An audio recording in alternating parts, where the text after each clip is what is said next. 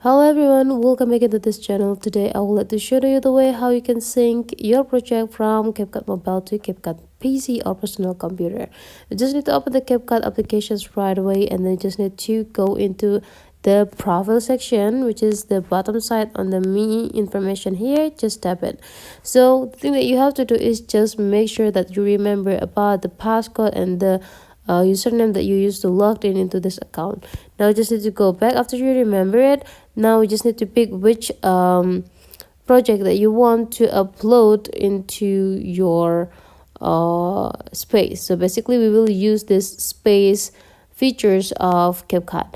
And if you already found the project that you want to sync here, so you just need to go click the three small dots and then go click upload to space, and then you just need to pick the folder and go click upload.